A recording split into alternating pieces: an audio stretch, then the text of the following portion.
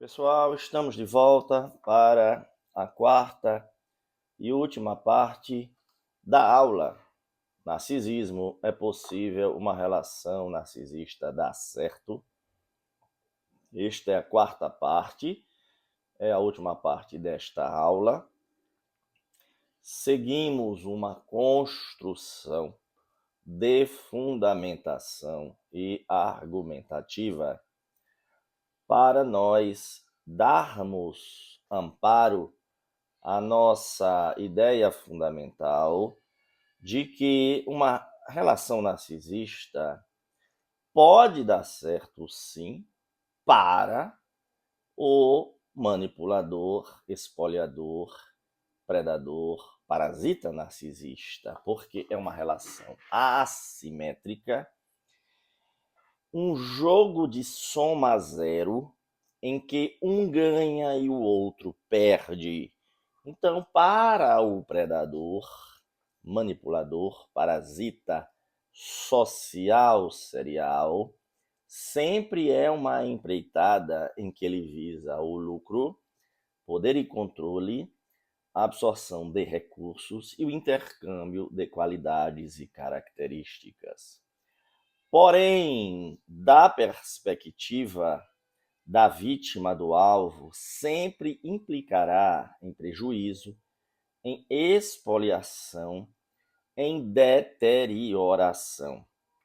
Vimos ao longo da exposição o quanto que existem clichês tradicionais e visões que estão em muito vigor na atualidade, seja ressuscitando os argumentos morais antigos, seja derrubando toda e qualquer baliza moral para passar pano no narcisista maligno, o que só paralisa, prende o alvo na teia macabra e na dança macabra do narcisista.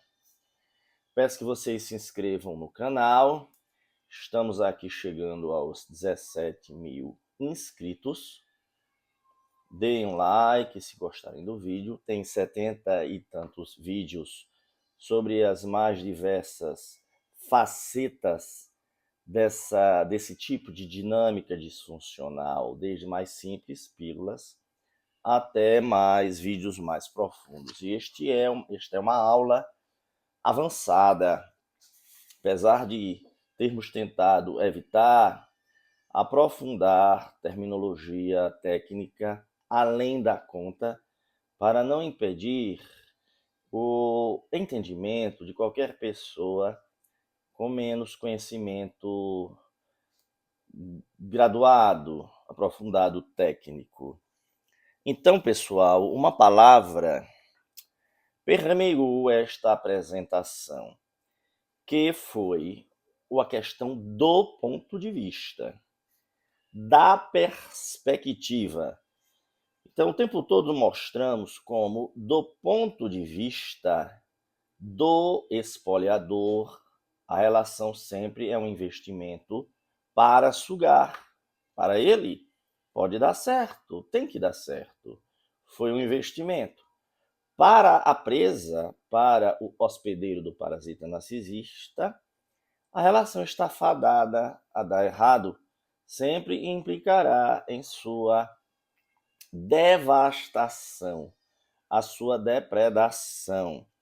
Então, a primeira palavra que mostramos é que a perspectiva, o ponto de vista, faz toda a diferença para chegarmos a essa resposta. Como eu me dedico falei lá atrás, que eu me dedico a entender a dinâmica do ponto de vista do alvo, que é só quem você pode salvar, é só quem você pode ajudar como profissional que está preocupado em melhorar a vida humana da pessoa que chega até você, profissional, no meu caso, como eu estou preocupado em melhorar a vida, dar um novo ponto de equilíbrio para esta pessoa que me procura adoecida, desequilibrada, com muitos problemas, então o meu foco é na única pessoa que pode ser trabalhada para um estado melhor, que é a vítima. Do ponto de vista do narcisista, ele está numa posição cristalizada, numa opção de um mecanismo de defesa que ele construiu para esconder as sete chaves, o falso eu, o construto, o monstro horroroso, que ele camufla, inclusive, com várias técnicas para fugir deste encontro com o seu próprio eu horroroso. Então a gente falou aqui da perspectiva do ponto de vista do alvo e da vítima.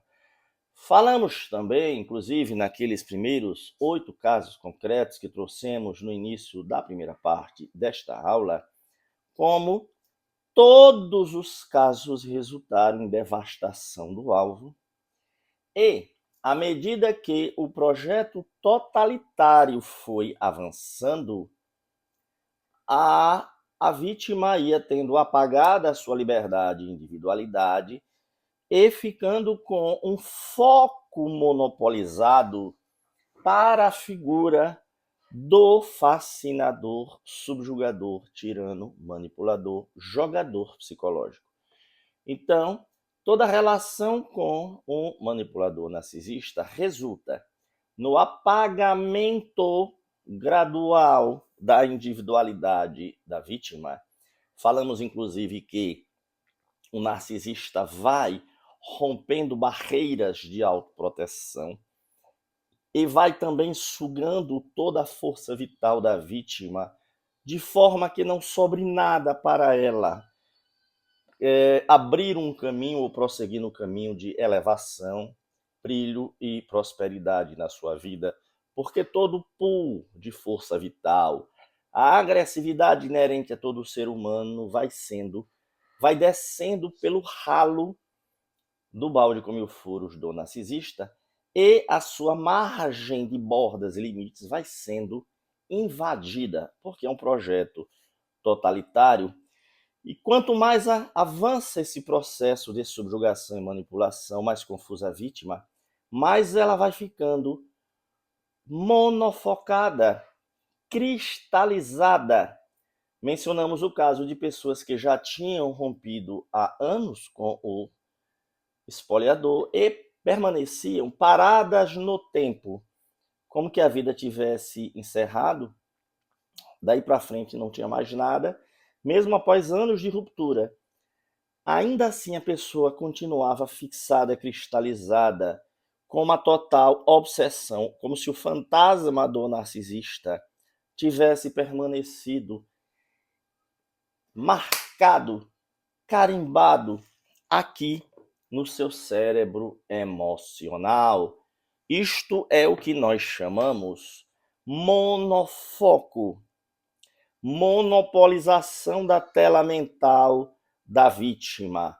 Então, além da vítima ter sido devastada, mesmo no longo prazo, este monofoco, esta ruminação daquela dinâmica maluca, disfuncional, continua perturbando a pessoa pela vida inteira se isto não for trabalhado com uma técnica específica.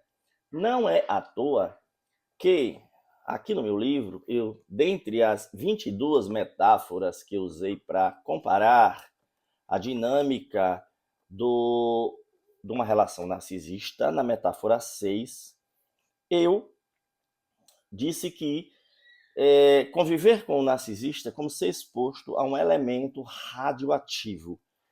Porque um elemento radioativo, não, ao contaminar a pessoa, dependendo do nível de radiação e o tempo de exposição, vai impregnar os tecidos corporais, desestabilizando a harmonia do organismo, inclusive causando alterações no genoma, abrindo campo a doenças não só no curto prazo, no médio e no longo prazo também.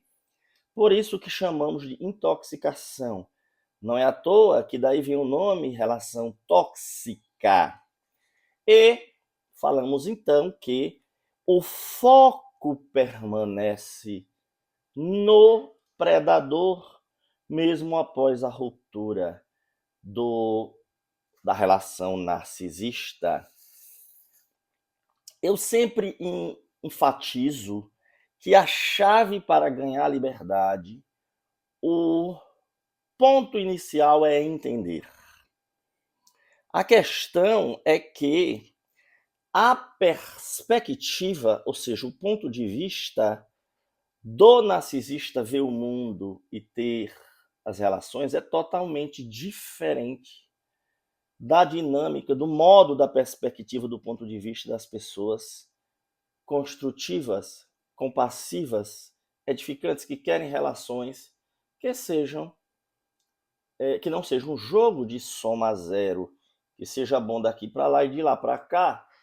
Não estou falando que as relações simétricas têm que ser matematicamente iguais, mas não é um jogo de soma zero em que eu perco e você ganha. Tem que ser uma coisa boa para os dois lados. E vimos que o fato de a pessoa empática, o alvo, insistir em tentar interpretar a dinâmica narcisista sob as lentes da visão de mundo dela, é que permite que o narcisista estique esta relação através dos fôlegos periódicos, alternância de lambida e mordida, mordida e soprada, imprevisibilidade, falsas esperanças, e usando inclusive aquelas teorias de que todas as pessoas são passíveis de reforma íntima. É só uma questão de mostrar a luz, aquelas visões iluminadoras, e ainda tem aquelas outras visões apaziguadoras, passadoras de pano, seja alegando que o narcisista é vítima de uma condição genética ou ambiental, uma compulsão, uma doença que não pode se controlar, ou ainda tem aquela visão, eu falei lá atrás, que ela é relativista. O narcisista não é um perverso, ele não é um destroçador de vidas, ele é apenas diferente. A vítima tentando entender por que o alvo perfeito do narcisista é aquele que tem um perfil consertador, curador, salvador, conciliador. É aquela pessoa que não quer largar a missão que recebeu. Só que o narcisista não quer que a vítima mantenha a tranquilidade, porque ao ela se desestabilizar e ficar rodopiando para entender uma relação caótica, mais vulnerável ela fica. E quanto mais a vítima se debate para entender, mais atolada na confusão, frustração, perplexidade, drama, caos, sofrimento, controle totalitário, presa nesse lamaçal da emoção, que é onde o narcisista quer que a vítima permaneça. O narcisista não quer claridade para a vítima, quer que ela permaneça rodopiando numa cortina de fumaça. Quanto mais instável emocionalmente, através da imprevisibilidade do relacionamento, mais fica vulnerável para a manipulação e expoliação. Falamos lá no início do vídeo dos casos em que a pessoa desenvolveu dissonância cognitiva. A realidade objetiva e incontestável do início da relação foi tão atacada que a pessoa no início rebatia, depois ela passou a calar, depois ela passou a duvidar, até que o passo final foi que ela passou a acreditar na inversão do que era o fato. Falamos do martelamento repetitivo, o martelo da intimidação, o água mole em pedra dura, tanto bate até que fura. Então, esta distorção afeta tanto o entendimento da pessoa como os circuitos cerebrais. É por isso que as marcas da distorção se esticam para a vida toda em grau maior ou menor, mas eu disse, não desaparecem essas distorções neurobiológicas e, consequentemente, nos outros sistemas, que são regulados todos pelo aparelho cerebral, estas distorções não desaparecem por si sós. Então, repetindo, é possível uma relação narcisista dar certo? Com base em tudo que eu argumentei, eu disse: quanto mais desequilibrada a relação, melhor para o narcisista. Quanto mais a vítima ficar rodopiando, melhor para o narcisista. Por isso que a nossa conclusão é que, do nosso ponto de vista, o que é dar certo uma relação? Se é do ponto de vista para os dois, impossível. Porque para o narcisista só há vantagem quando ele lucra e a vítima perde. Dar certo para a vítima, de alguma maneira, poupando, sei lá, o narcisista? Também não. Não existe possibilidade de dar certo para a vítima. Para o narcisista, enquanto a relação andar, está dando certo, porque ele está fazendo o quê?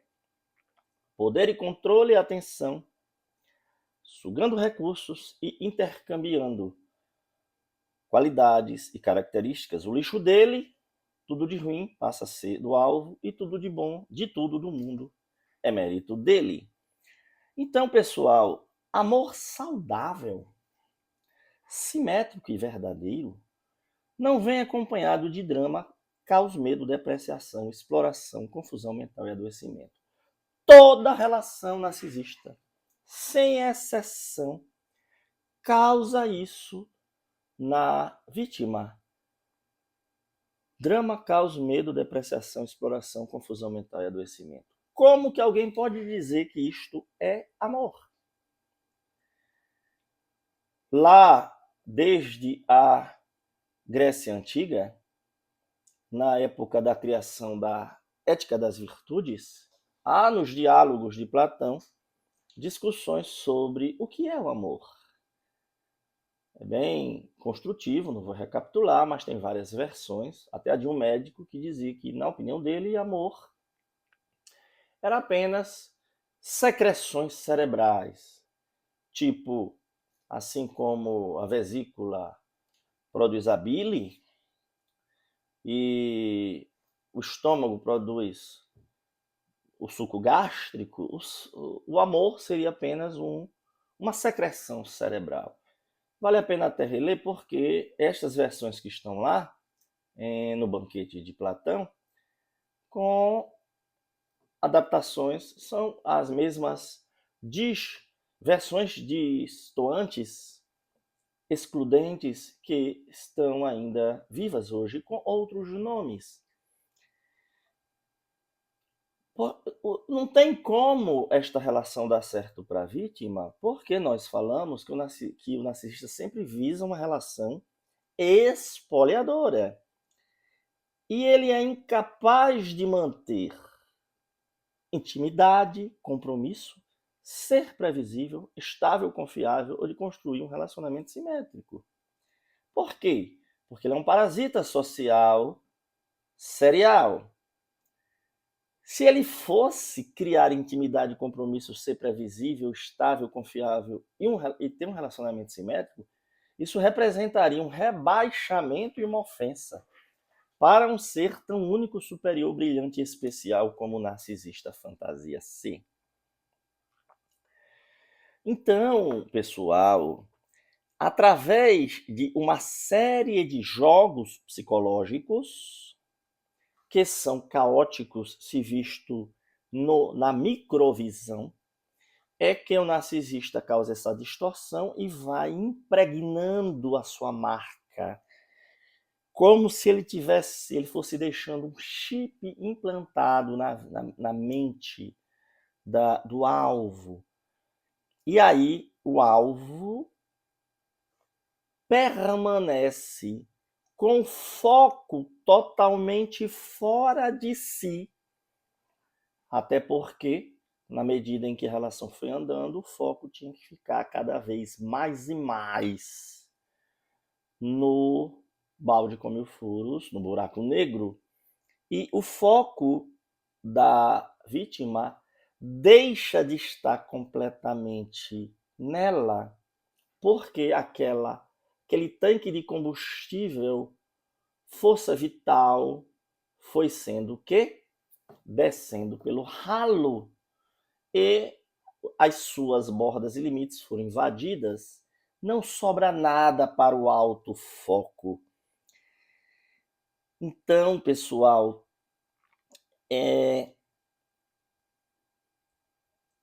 algumas pessoas, obviamente, conseguem escapar nas fases precoces do enredamento do narcisista, mas é uma tentativa e erro, é uma prospecção. É óbvio que o narcisista vai garimpar exatamente as pessoas que são aquelas pessoas que dissemos empáticas. E uma das consequências inevitáveis dessa dinâmica obsessiva, subjugadora, fascinadora, é esta permanência na cristalização mental que fica do processo espoliador, mesmo anos após a ruptura com o narcisista. A questão é que isto tudo, este fato de, mesmo no futuro, o narcisista ter implantado esse chip que vai reverberar e fazer com que a vítima fique ruminando aquele processo enlouquecedor, isto é proposital. É como se ele tivesse deixado a marca do mal. Esta ruminação, esta fixação, quanto mais ela se perpetua, paralisa a vítima, repete a dor da história, atravanca a vida da vítima. Esta impregnação da ruminação e do eterno remoer a história para entender aquilo que não tem lógica do ponto de vista da vítima, mantém a vítima susceptível a, em algum momento, ela possa ser sugada de volta para mais um período de deleite, em que, assim como o gato solta o rato para caçá-lo de novo, a vítima sempre incorrerá no risco de ser caçada de novo para o deleite do narcisista. É isso o que o narcisista quer, que a vítima permaneça concentrada nele. Sabe aquele lema que diz: me ame ou me odeie, só não se esqueça de mim? Ao narcisista saber que a vítima está marcada e ruminando o trauma, o drama, querendo achar a peça que encaixe toda aquela história surreal, ele se deleita por ter deixado a marca e a pessoa não ter se desligado dele. Só que qualquer profissional, o conselheiro, médico, qualquer pessoa que queira ajudar a vítima a dizer assim, simplesmente mude o foco, simplesmente mude a perspectiva, simplesmente bote uma pedra em cima e comece agora. Todo mundo recomeça. Por que você não recomeça e fica remoendo essa história? Pessoal, isto não funciona. nas pessoas que sofreram queimaduras do puro mal narcísico. Falamos que uma exposição a um elemento radioativo, quanto mais intensa e mais duradoura, maior o efeito de esticar, se alongar no tempo. Assim também, quanto mais íntima a relação com um ser enquadrado neste espectro da zero empatia, que é o espectro do grupo B, dos transtornos de personalidade do DSM-5, quanto mais íntima a relação do alvo com um ser desse e mais duradoura, maiores as sequelas e maior a impregnação. Então, há que ter uma técnica. É por isso que quando os pacientes chegam para mim, mesmo aqueles que ainda estão na relação disfuncional ou já saíram da relação disfuncional, mas continuam fixadas, cristalizadas, com aquele fantasma monopolizando o seu campo mental. Elas chegam parecendo que estão numa jangada, em alto mar, em noite sem lua de tempestade, no mar emocional. E é no mar emocional, aquele conflito de emoções, raiva, angústia, senso de injustiça, de indignação, de desperdício, depressão, melancolia, desesperança. E onde chegam essas pessoas encontram somente clichês. Comece do zero. Não funciona assim. E eu, na minha técnica, tenho por meta número 1 tirar do mar emocional. Isso é tão sério, pessoal, e é tão gratificante, que este presente aqui, que foi uma das pacientes minhas, que me enviou, ela chegou para mim no mar emocional. Esta lembrança, que é uma cadernetinha, vejam, ela tem uma representação simbólica exatamente, se vocês virem, ela é uma cadernetinha com a capinha, com aqui os pontos cardeais, norte, sul, leste, oeste, tem uma âncora e tem um leme.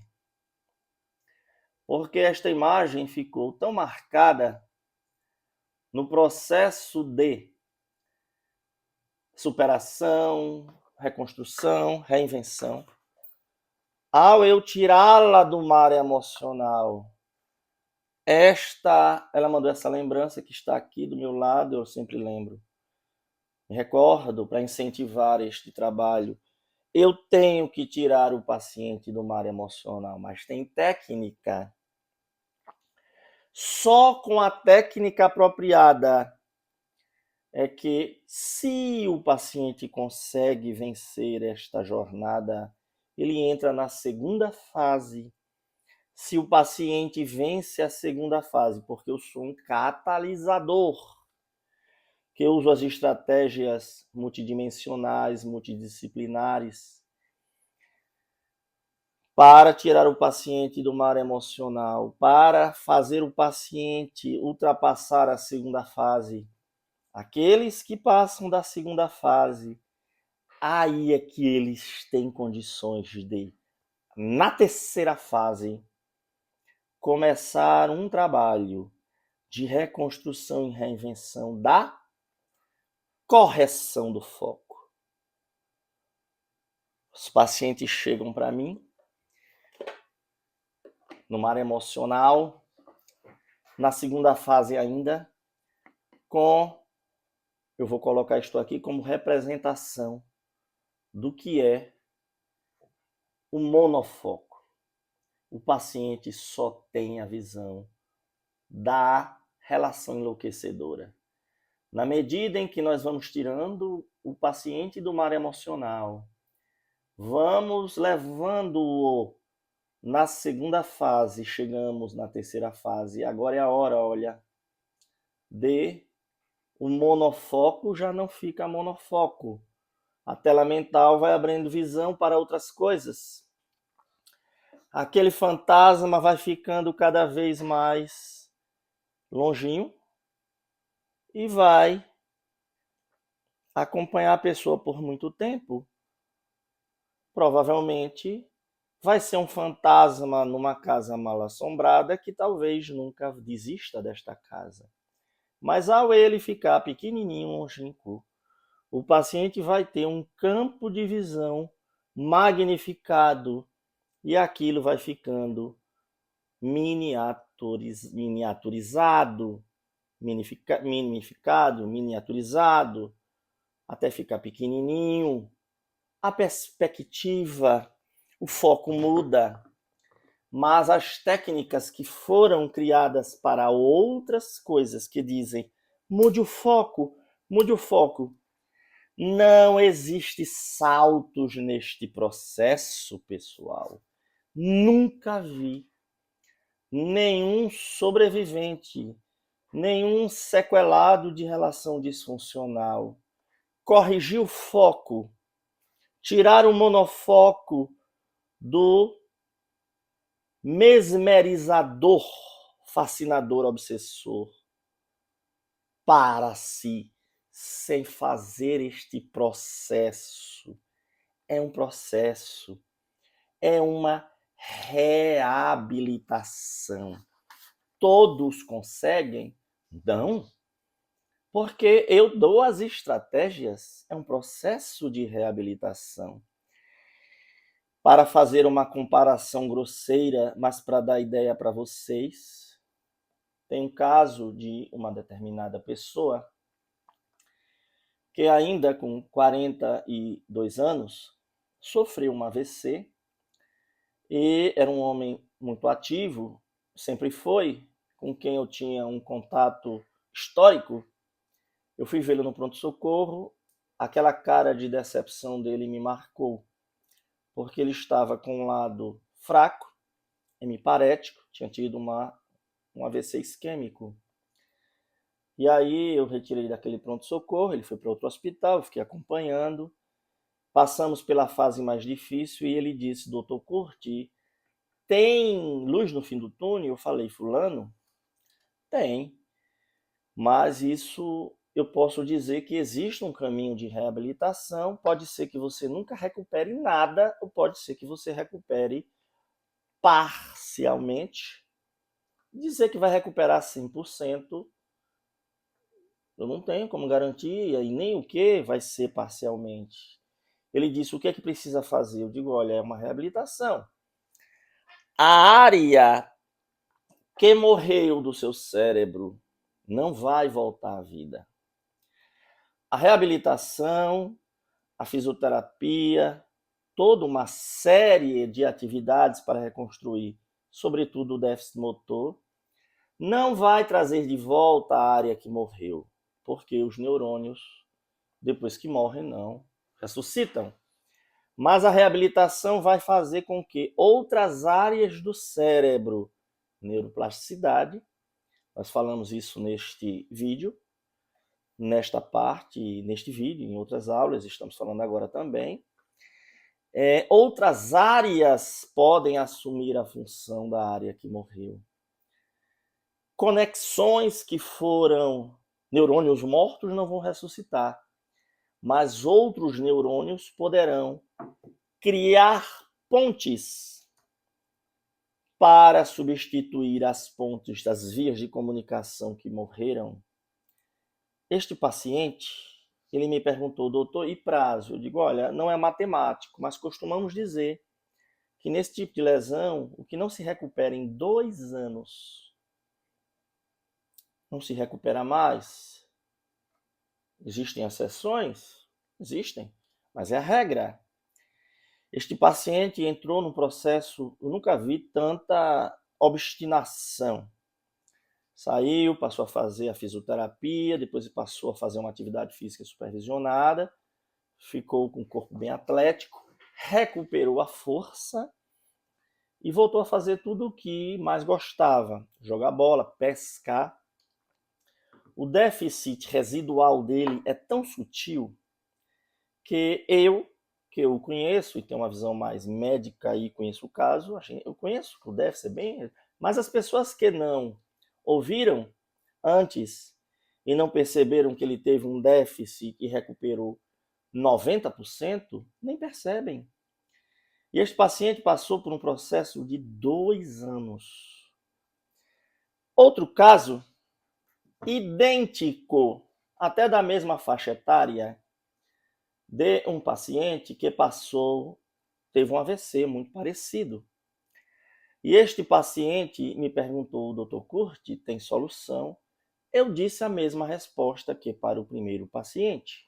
Veja, o seu cérebro tem capacidade de reconstrução. Falei a mesma coisa. Neurônios mortos não voltam, mas conexões novas podem ser remanejadas. O que precisa? Reabilitação. Pode demorar muito tempo? Pode demorar 2 anos ou nunca. Quer dizer que eu posso fazer 2 anos e ainda assim não recuperar? Pode. Mas eu posso recuperar? Pode. Mas se eu fizer a reabilitação 2 anos, eu vou ficar bom? Eu digo sim ou não. Ah, isso é muito difícil. Isso é muito demorado, doutor Curso. Quer dizer que eu vou me esforçar. Passar 2 anos fazendo uma reabilitação, pode ser que eu não recupere nada, ou recupere 10, 20, 30%, muito pouco. E este paciente está sequelado até hoje. Qual é a comparação? Vocês podem achar que não tem nada a ver, mas tem tudo a ver. Falamos para vocês que a distorção das relações espoliadoras não são só no campo do pensamento. Distorcem circuitos cerebrais,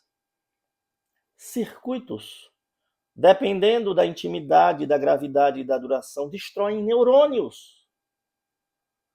E quando pacientes chegam para mim, que eu mapeio um prognóstico, e eu digo que eles têm que passar por um processo de tirar do mar emocional, passar uma segunda fase, eles nem sabem ainda que, mas eu digo, tirar do mar emocional é a primeira parte, tá?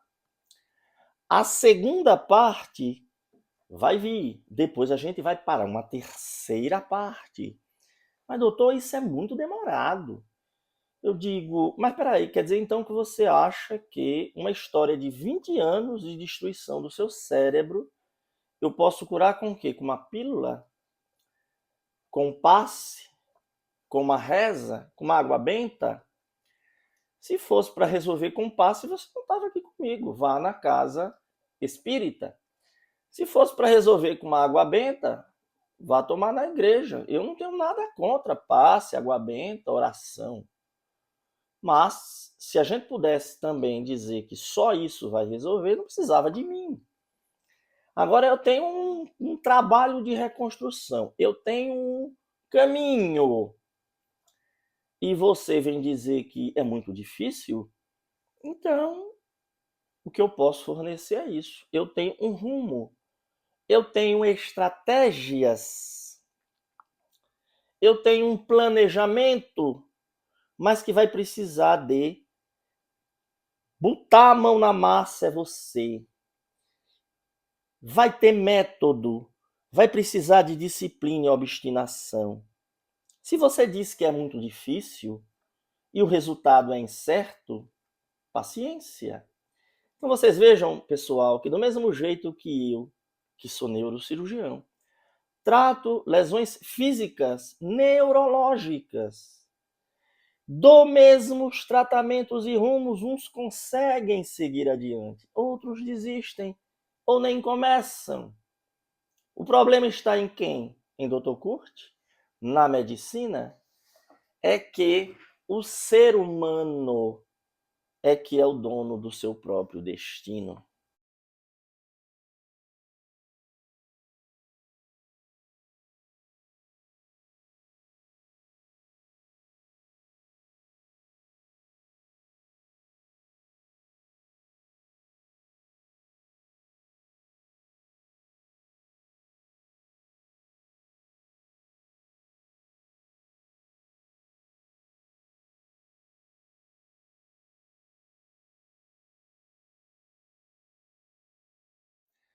Se você quer uma consulta com alguém que concilia falar no mediquês, juridiquês, psicologuês e narcolês, com esta técnica multidisciplinar, multidimensional e estratégica, pode contar comigo. É só marcar consulta online em qualquer destas áreas. O WhatsApp e o e-mail estão no próprio vídeo, no primeiro comentário fixado e na descrição do vídeo. Lembrando que eu sou médico, emito notas fiscais das consultas médicas, o que dá direito ao reembolso médico dentro das regras do seu plano, que estão lá no site do plano e no contrato do plano de saúde. Isso é uma determinação da ANS. E aquilo que ultrapassar o limite do reembolso, você pode usar os valores das notas fiscais para, no que exceder o reembolso ou não for reembolsado, você pode usar para abater do imposto de renda como despesa médica. Peço que vocês dêem um like no vídeo se tiverem gostado, comentem, deem sugestões, compartilhem. Eu só estou aqui graças a vocês, são quase 17 mil pessoas, 70 e poucos vídeos, inacreditável, pessoal. Este vídeo é um vídeo avançado, vejam que eu tive 4 etapas, tudo para embasar a minha posição, não que caiu do céu, uma construção. Eu usei elementos médicos, filosóficos, humanísticos, morais, neurocientíficos. Então, usei vários elementos para dar alicerce à minha tese de que não é possível, jamais, em tempo algum, dar certo uma relação narcisista para o alvo. Muito obrigado pela atenção de vocês.